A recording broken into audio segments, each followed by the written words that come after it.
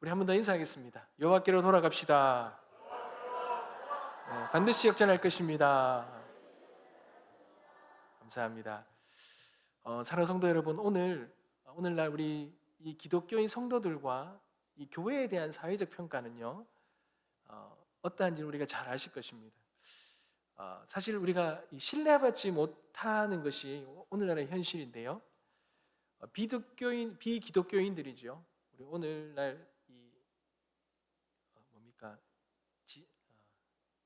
G세대라 그럽니까? 요즘? MZ세대. 죄송합니다. 예. 갑자기 제가 옛날 세대인 것 같습니다. 예. MZ세대가 그 조사를 하니까 80%가 한국 교회를 신뢰하지 않는다 그럽니다. 그리고 70%는 교회에 호감이 없다 그래요. 그 이유에 대해서 참 많은 것이 이제 원인이 대두되고 있는데, 그 중에 가장 큰 것이, 우리가 신뢰를 잃어버린 이유 중에 하나가 이 언행 불일치라는 거예요. 우리가 겉과 속이 다르다는 것입니다. 다른 말로 하면 성경적으로 말하면 가식적이다라는 거죠. 겉은 거룩한 것 같고, 겉은 무언가를 참된 것을 말하는 것 같고, 겉은 우리가 무언가 사랑을 말하는 것 같은데, 우리의 내면 속에는, 우리의 이 내면 안에는 그러한 모습과는 다른 삶을 살아가는 그 모습이 우리의 이 신뢰를 떨어뜨렸다는 것입니다. 그래서 우리의 이 신뢰를 회복하는 데 있어서도 가장 크게 개선해야 될, 우리가 정말 바로잡아야 될 부분이 있다면 이 언행일치라는 거죠.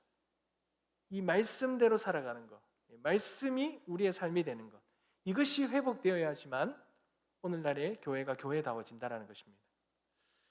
참 인정하지 않을 수 없는 우리들의 부끄러운 모습이 아닌가 싶습니다. 겉으로는 우리가 참 신실한 그리스도인인 것처럼, 거룩한 교회처럼 그렇게 우리는 보이는데, 우리는 주일에는 예배당에 나와서 찬양하고 뜨겁게 참 눈물을 흘리고 기도하며 그렇게 서로 사랑한다고 말하지만, 일상의 삶을 돌아가 보면 세상 사람들과 구별되지 않은 별반 다름없는 그런 모습들을 살아가는 것을 볼 때, 우리의 삶은 우리가 인정하고 싶진 않지만 우리의 이런 이중적인 삶, 가식적인 삶, 이 겉과 속이 다른 삶, 이런 삶을 살아가고 있는 것이 우리의 모습입니다. 여러분, 그런데 오늘 우리가 함께 읽어보는 이 소아시아의 7교회 중에 이 세 번째 교회죠. 이 버가모 교회가 여러분 꼭 그런 교회라는 거예요.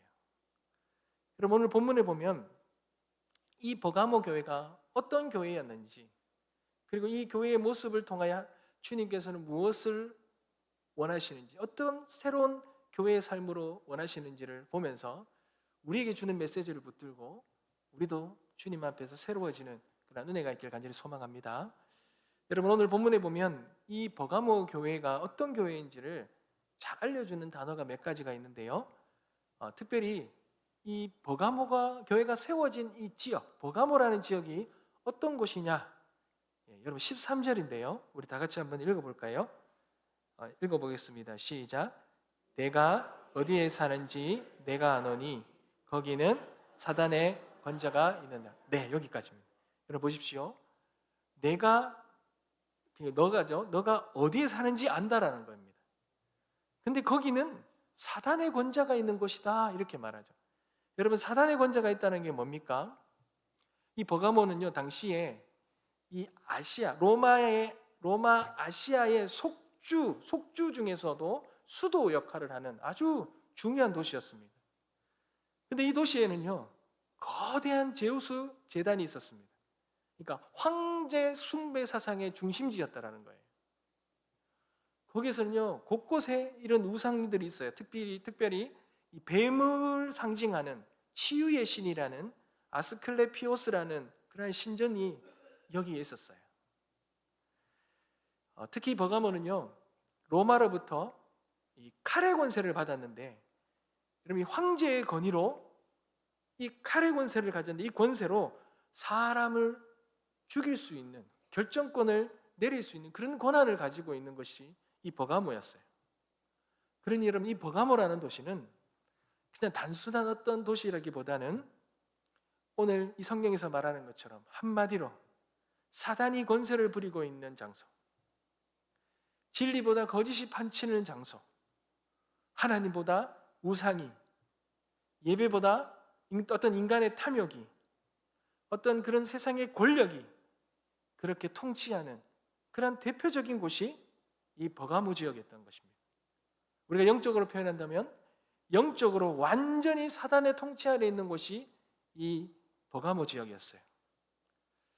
여러분, 이곳에서 세워진 교회, 이 버가모 교회, 그곳에서 신앙생활하는 이 버가모의 성도들, 여러분, 그들이 신앙생활이 얼마나 어려웠겠습니까? 여러분, 얼마나 힘들었겠습니까? 그런데 여러분, 놀라운 것은요, 이런 환경 속에서 이 버가모 성도들의 이 믿음이, 여기에서 오늘 요한이 칭찬하고 있죠. 13절 우리가 아까 읽었던 부분에서 사단이 권세가 있는 데라, 그 뒤에부터 우리 다 같이 한번 다시 읽겠습니다. 시작. 내가 내 이름을 굳게 잡아서 내 충성된 증인 안디바가 너희 가운데 곧 사단이 사는 곳에서 죽임을 당할 때에도 나를 믿는 믿음을 저버리지 아니하였도다. 아멘. 여러분, 이 버가모 지역의 교회에요, 안디바라는 사람이 있었습니다. 이 사람은 충성된 성도였는데 그가 순교를 당하는 엄청난 사건이 일어났습니다. 교회 전통에 따르면 이 안디바라는 사람이 이 버가모 교회의 감독이었다 그래요. 근데 이자가 황제 숭배를 거부하다가 이 끓는 노새 안에 던져져서 그렇게 순교를 당했습니다. 여러분, 그런 순교를 당하는 모습이 있다면 그것을 바라보는 성도들이 얼마나 두렵습니까? 여러분, 우리 과거에 일제시대 때도요, 그 신사참배를 거부한다는 이유로 그런 죽음을, 고통 속에서 죽음을 당할 때에 그것을 봤을 때 얼마나 두렵습니까?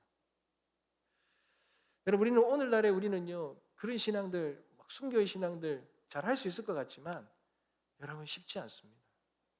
우리 사람은요, 얼마나 공포심이 있는지 그런 모습들을 보면 누구도 장담 못하는 거예요.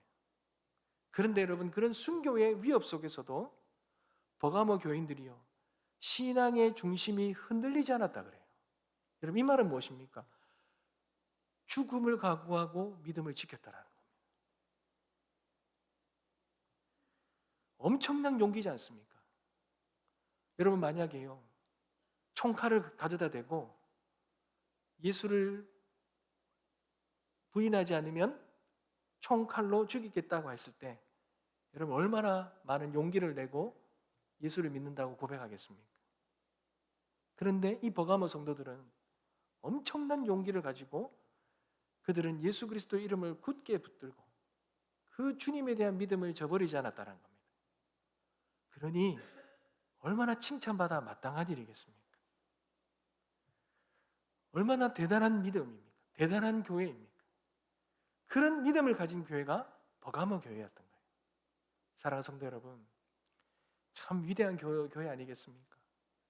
오늘날 그런 교회가 있다면 그런 교회들이 칭찬받고 기념비를 세우고 그들의 그 놀라운 믿음을 기리지 않겠습니까? 너무 대단하지 않습니까? 그런데 여러분, 그런 위대하게 보이던 이 버가모 교회에도요, 주님이 오늘 보시면 몇 가지 책망할 것이 있다 이렇게 말하죠. 여러분, 이렇게 위대한 믿음을 가진 그런 교회가 무슨 책망을 받을 일이 있겠냐라는 겁니다. 14절에 보시니까요, 그러나 내게 두어 가지 책망할 것이 있나니 라고 말하죠. 여러분, 아무리 위대한 교회도요, 아무리 위대해 보이는 사람이도요, 완벽하지 않다라는 거예요. 약점이 있다라는 거죠. 부족함이 있다라는 겁니다. 근데 그것이 무엇입니까? 이것이 무엇인지를 우리가 잘 알아야 될 필요가 있습니다. 14절 이하에 보면 내게 발람의 교훈이다 라고 말하죠. 그리고 15절에 보시니 이와 같이 내게도 니골라당의 교훈을 지키는 자들이 있도다 이렇게 말합니다. 그러니 책망할 것이 두 가지가 있습니다. 이 발람의 교훈대로 따라 살아가는 사람들이 있었고, 또 한 사람은 니골라당의 그런 교훈을 따라가 살았던 사람들이 있다는 거예요. 그렇다면 여러분, 발람의 교훈은 무엇입니까? 민수기 15장에 나오는 그런 선지자 발람의 이야기죠. 발람은 이스라엘을 저주해야 되는데 이스라엘을 저주할 수 없게 됩니다. 그러자 이스라엘을 직접 저주하지 못하면 이들을 타락시킬 방법을 고안해낸 거예요. 어떻게 하면 타락하게 만들까? 직접 저주하지 못하면 스스로 넘어지게 만들어야 되잖아요. 그래서 생각해냈던 것이 모압 왕 발락에게 이스라엘 백성들을 모압 여인들과 음행과 우상 제물을 먹는 일에 빠지도록 그들이 모압 여인을 통하여서 이스라엘 백성들이 그 여인에 빠져서 우상을 섬기고 음행하는 일에 그 죄의 유혹에 넘어지도록 만들어버린 거예요. 이로 인해서 여러분, 그 위대한 믿음이 흔들리지 않았던 견고한 믿음을 가지고 있었던 이 버가모 성도도요, 수만 명의 그 믿음을 가졌던 이스라엘들 다 넘어지는 거예요. 여러분, 당시에 이스라엘 백성들이요, 이 수만 명의 이스라엘 백성들이 여기 모함 여자에 빠져갖고 음행을 저지르고 우상 숭배하다가 하나님의 징벌을 받아 죽어버렸습니다.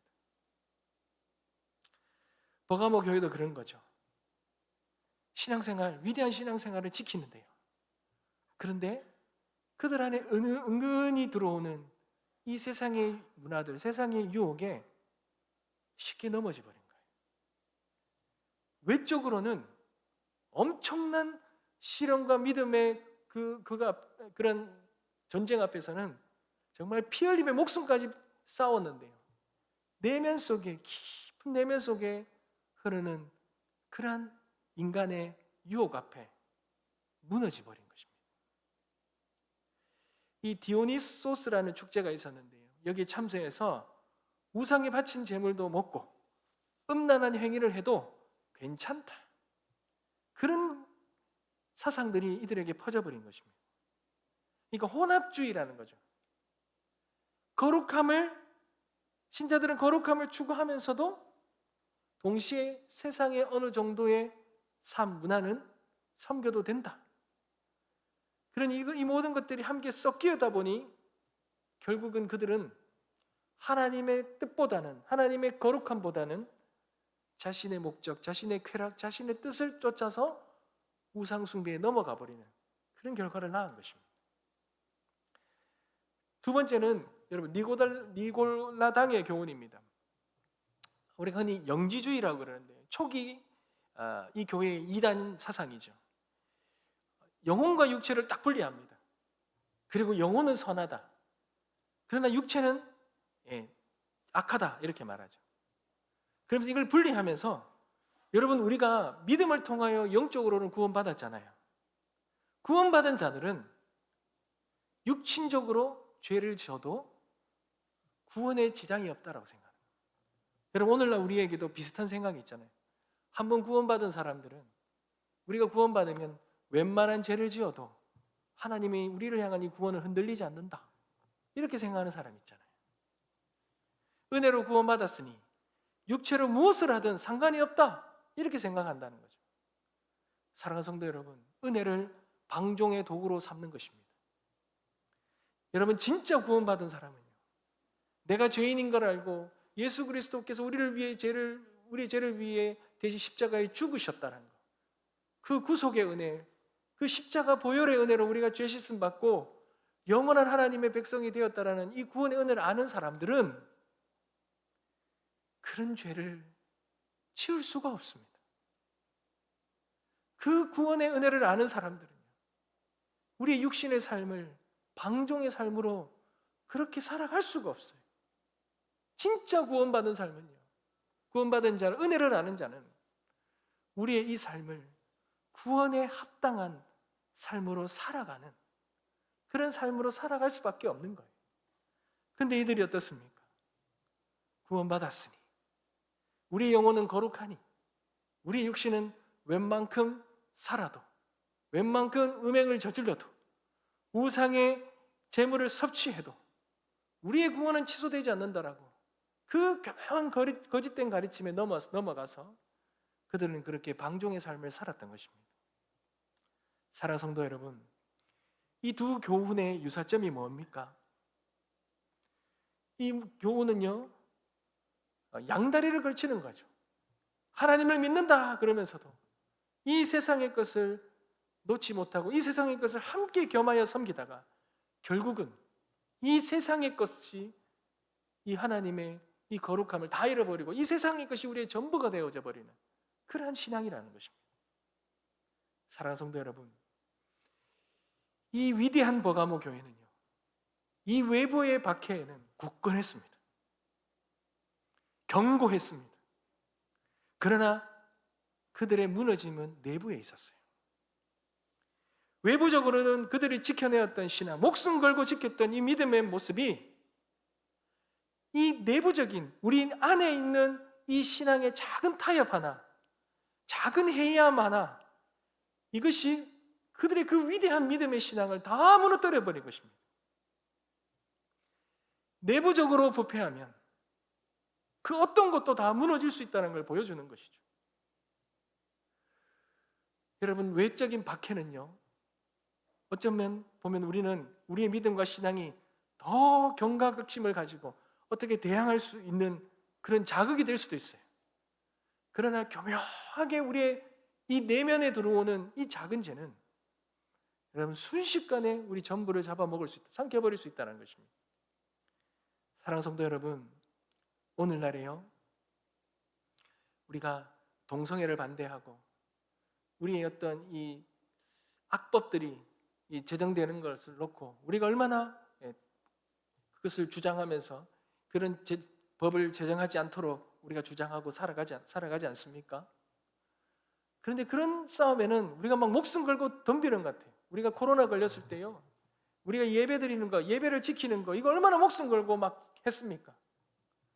그런데 저는 정말 안타까운 모습은 뭐냐면 주일날 낮 예배 드리는 거는 우리가 꼭 드려야 된다고 막 목숨 걸고 하는데요, 다른 예배들은 다 빠지더라고요. 다른 예배들을 빠져버리고 기도의 자리를 지키지 않고 우리의 믿음과 신앙의 삶을 그 주일 한 예배, 주일 대예배하는 시간, 그 시간은 무엇도 타협하지 못한다고 하지만 다른 것은 다 타협해버리는 모습을 보면서 여러분, 예배에 무너지는 것은요, 예배에 무너지는 것은 그런 작은 예배들의 무너짐이 이어져서 우리 전체의 예배가 무너지는 것입니다. 작은 것 하나, 우리 안에 있는 작은 욕심과 작은 죄악됨과 작은 음란함과 작은 질투와 작은 교만함들이 겉으로는 무언가 우리가 대단한 걸 위해서 우리의 전부를 바치는 것처럼 싸우고 나아가는데 우리의 내면에 이런 모습들이 우리의 그러한 위대한 모습을 다 무너뜨리는 그런 결과를 낳는다는 것입니다.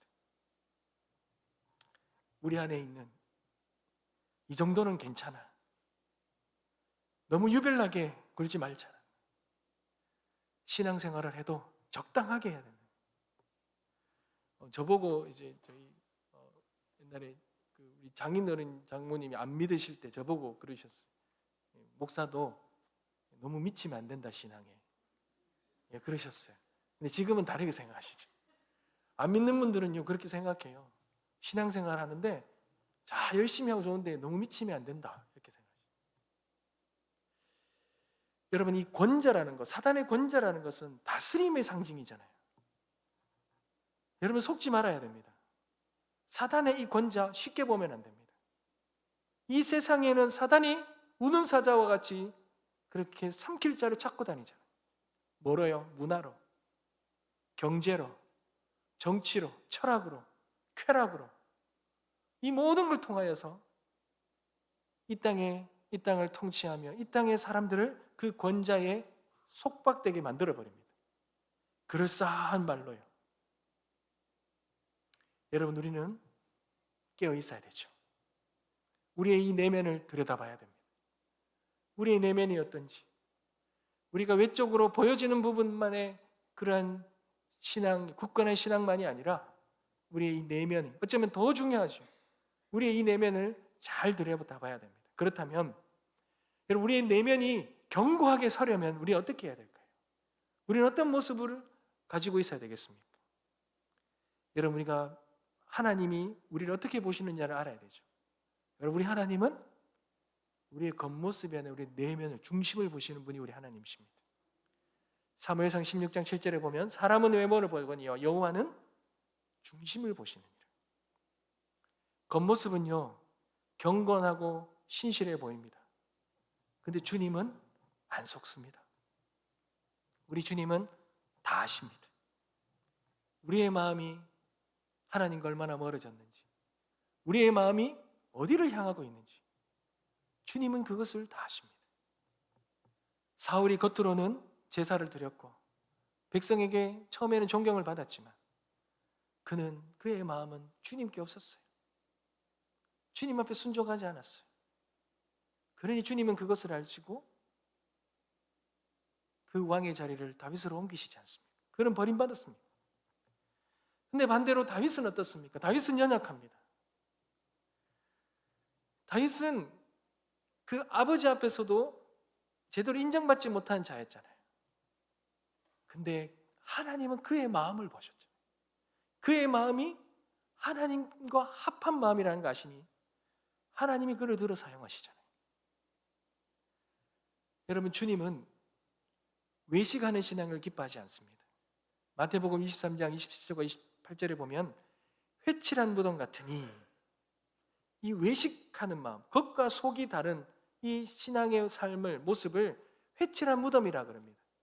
겉으로는 아름답게 보이나 속은 죽은 사람의 다름없는 그런 더러운 것으로 보는 거죠.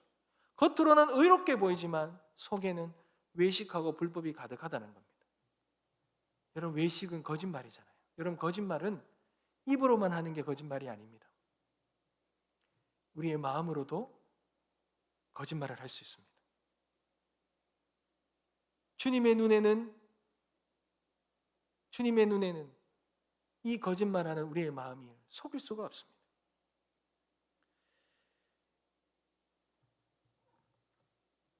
우리의 마음은 주님 앞에 더 썩어지지 않게, 더 죽어있는 이 가식적인 모습을 회칠한 무덤처럼 이 죽어있는 이 우리의 마음을 다시 살려야 되죠. 여러분, 그 살리는 방법이 뭡니까? 이 겉과 속이 다른 이 모습을 해결하는 것이 무엇입니까? 오늘 말씀에 16절에 보십시오. 그러므로 뭐라고요? 회개하라는 거죠. 여러분, 회개해야 되는 것입니다. 여러분, 이 회개라는 것은 무엇입니까? 겉과 이 마음이, 겉과 속이 다른 이 마음이 어떻게 되는 거예요? 하나가 되는 거예요. 이것이 회개입니다. 여러분, 회개는 우리 입술로 하는 것이 아니라 이 겉과 속이 다른 이 마음이 하나가 되도록 하는 것이 회개입니다. 시편 51편 6절에 보면 주께서는 중심의 진실함을 원하신다 그러잖아요. 다윗이, 이 말은요, 다윗이 간음과 살인죄를 저지르고 주님 앞에 나와서 회개하며 드린 고백이에요. 하나님이 원하시는 것은 단순히 제사나 거칠애가 아니라 중심의 진실함, 거짓이 없는 내면, 우리의 거짓이 없는 겉과 속이 투명한 것, 이것을 말하는 것입니다. 다른 말로 말하면 우리의 내면의 이 죄를 우리가 직면하고 이것을 주님 앞에 고백해야 되는 겁니다. 그래야 우리의 내면이 삽니다. 그러기 위해서는 어떠합니까? 나의 내면의 모습을 오픈해야죠. 이걸 주님 앞에 드러내야 됩니다. 그래야 하나님이 우리 안에 거하셔서 우리의 이 내면을 새롭게 하시는 거예요. 사랑하는 성도 여러분, 저는 우리가 교구 모임을 하잖아요. 사랑방을 모임을 하고 셀 모임을 하잖아요.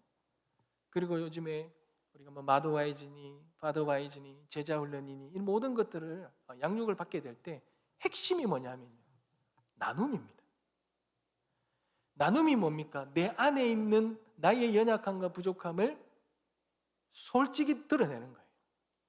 그래야지만 나의 부족함이 고백되어져야지만, 그리고 나의 이 연약함들이 주님 앞에 내어놓아져야만 하나님이 우리의 내면의 이 연약함, 이 죄악을 용서하시고 새롭게 하시고 우리의 이 겉과 다름이 점점 같아지는 거예요.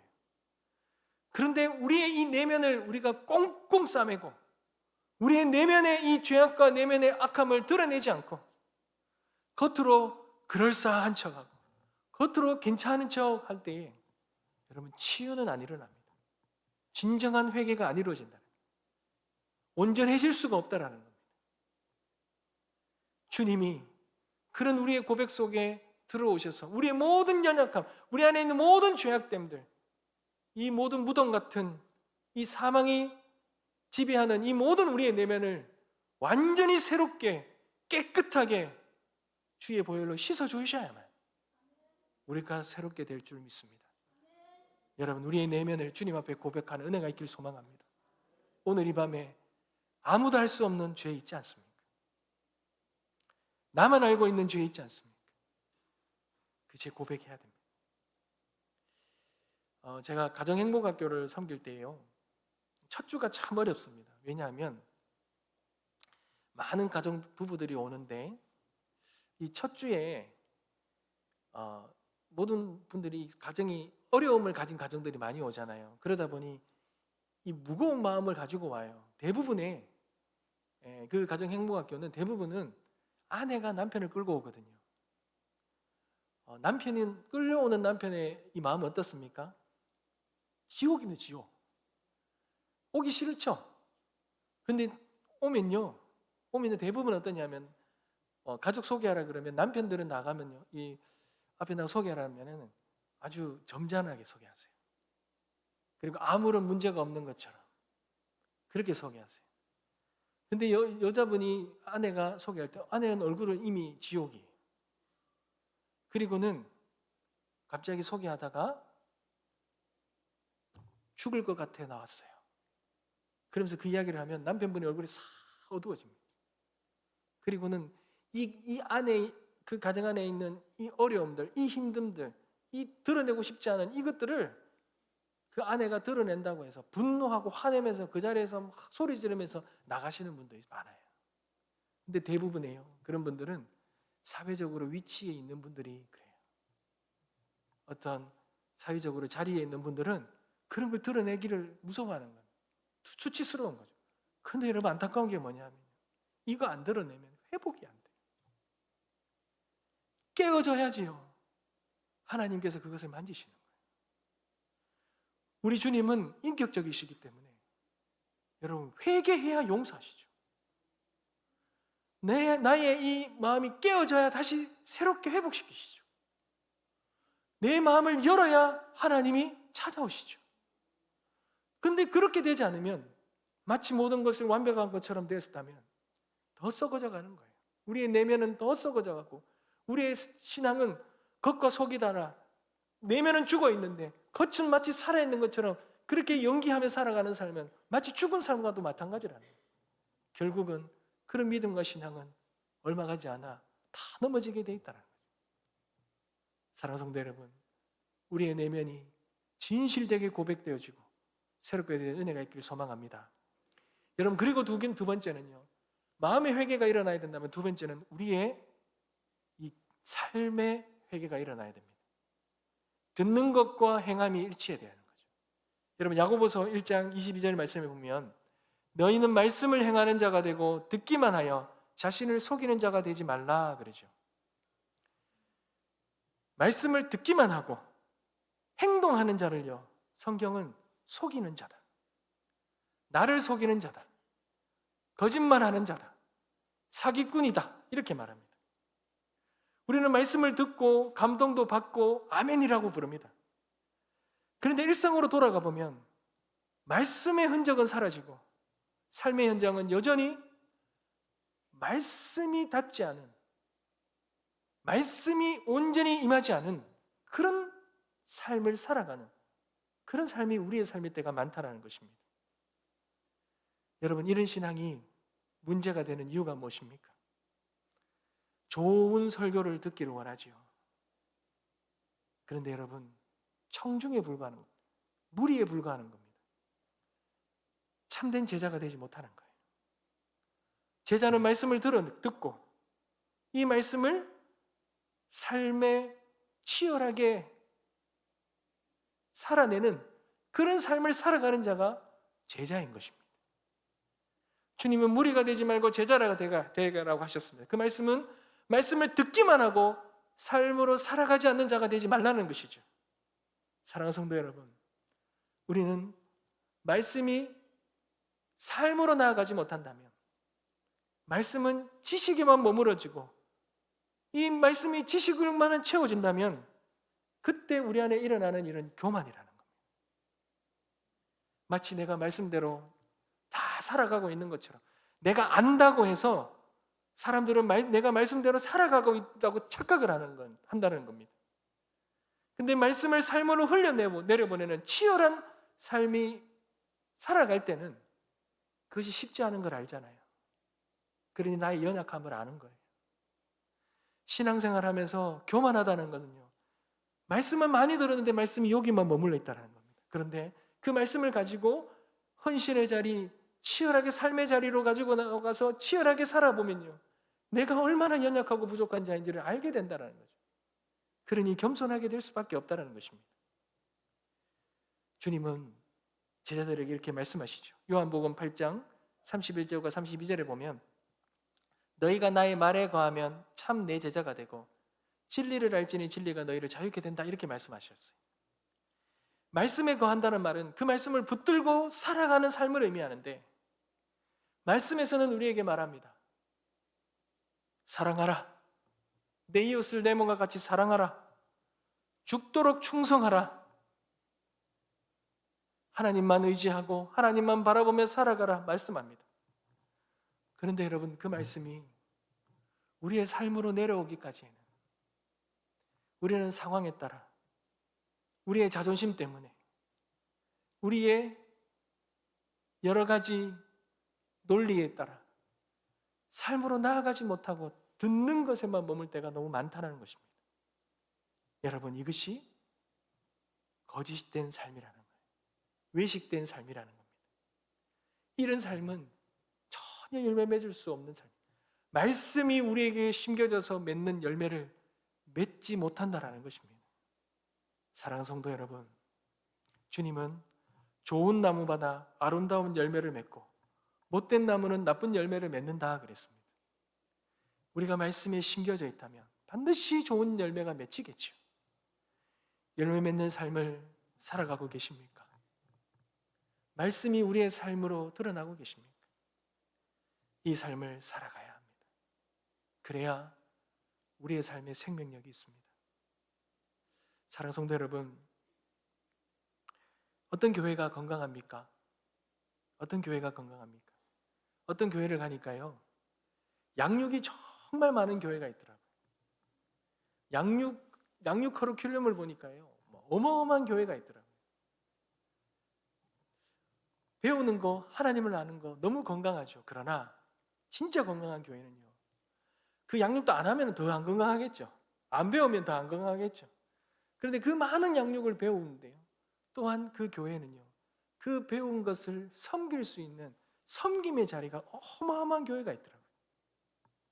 인풋이 있으면요, 아웃풋이 있어야 돼요. 나의 삶에 말씀이 내 안에 들어오면 내 삶으로 이 말씀이 살아내줘야 되는 것입니다. 이런 삶을 살아가게 되시길 간절히 소망합니다. 그래야 우리의 이 내면이 우리를 속이지 않습니다. 우리의 가식적인 삶을 살아가지 않는 것입니다. 이 세상에 신뢰를 주는 그런 믿음의 삶을 살아가는 것입니다. 외적인 위대한 삶을, 믿음을 지켜내고 살았는데 얼마 가지 못해 그 위대한 교회들이 다 쓰러지는 것을 보면, 이런 마음의 회개, 말씀과 삶의 회개가 온전히 이루어지지 않을 때 다 무너지는 것을 보게 되는 것이죠. 사랑하는 성도 여러분, 말씀, 마음과 우리의 삶에 진정한 회개가 일어나는 은혜가 있기를 소망합니다. 여러분, 주님께서는요, 그런 회개의 삶을 강조하시며 엄청난, 회개하지 않을 때에 엄청난 심판의 말씀으로 경고하시죠. 내가 내게 속히 가서 내 입의 검으로 그들과 싸우겠다 말씀하십니다. 하나님은 그런 순결한 신앙, 순수한 신앙, 겉과 속이 말씀과 삶이 일치된 신앙을 살아가지 않는 그런 하나님의 성도들에게 하나님이 용납하지 아니하시고, 하나님은 중간지대를 두시지 아니하시고 그들을 엄히 심판하시겠다고 말씀하셨습니다. 그러니 우리는 삶을 살아내야 합니다. 삶을 온전히 살아가게 되신 은혜가 있기를 소망합니다. 근데 그런 자들에게 주는 두 가지 약속이 있어요. 여러분 17절인데요. 우리 다 같이 한번 읽겠습니다. 마지막입니다. 읽겠습니다. 시작. 귀 있는 자는 성령이 교회들에게 하시는 말씀을 들을지어다. 이기는 그에게는 내가 감추었던 만나를 주고 또 흰 돌을 줄 터인데 그 돌 위에 새 이름을 기록한 것이 있나니 받는 자밖에는 그 이름을 알 사람이 없느니라. 아멘. 여러분, 여기에서 이기는 자가 나오죠. 모든 교회에는 이기는 자가 나옵니다. 이 말은 끝까지 그 믿음을 지켜내는 자죠. 이 속사람과 겉사람, 이 내면과 이 겉사람이 믿음이 한결같이 끝까지 어떤 어려움이 있어도 끝까지 이것을 치열하게 싸워가며 지켜내는 자, 이기는 자에게는 하나님께서 두 가지 선물을 주신다는 거예요. 감추었던 만나를 주신다는 겁니다. 이 말은 세상이 알 수 없고 세상은 도저히 이해할 수 없는 믿음의 여정 속에, 믿음을 붙들고 치열하게 살아가는 삶 속에 하나님이 부어주시고 공급해 주시는 그런 놀라운 은혜를 말하는 것입니다. 하나님의 말씀 가운데 주시는 은혜, 삶 가운데 하나님 역사하시는 은혜, 우리의 삶에 예기치 못하는데 믿음을 지키고 살아가는 자들을 다시 이렇게 세우시고 다시 하나님 부어주시는 놀라운 모든 은혜를 말하는 것입니다. 그러한 은혜가 풍성히 임할 줄 믿습니다. 또 하나는요, 이 흰돌 위에 새 이름을 새기겠다 하시죠. 이 흰돌은요, 법정에서 무죄 판결을 의미합니다. 죄가 깨끗이 씻겨졌다는 거예요. 그리고 그 위에 새 이름을 새기는데 그 이름이 여러분 우리의 이름이라는 거예요. 우리의 과거에 지었던 모든 죄악들, 모든 연약함들, 모든 더러운 것들은 다 씻으시고 주님은 우리를 새로운 이름으로 그 돌 위에 새기셔서 하나님의 영원한 백성으로, 하나님의 자녀로, 너는 내 것이다, 너는 영원한 나의 소유된 백성이다, 하나님 그렇게 삼으시겠다고 하나님 약속하셨습니다. 사랑하는 성도 여러분, 이 땅에 믿음 지키고 살아가는 삶 쉽지 않습니다.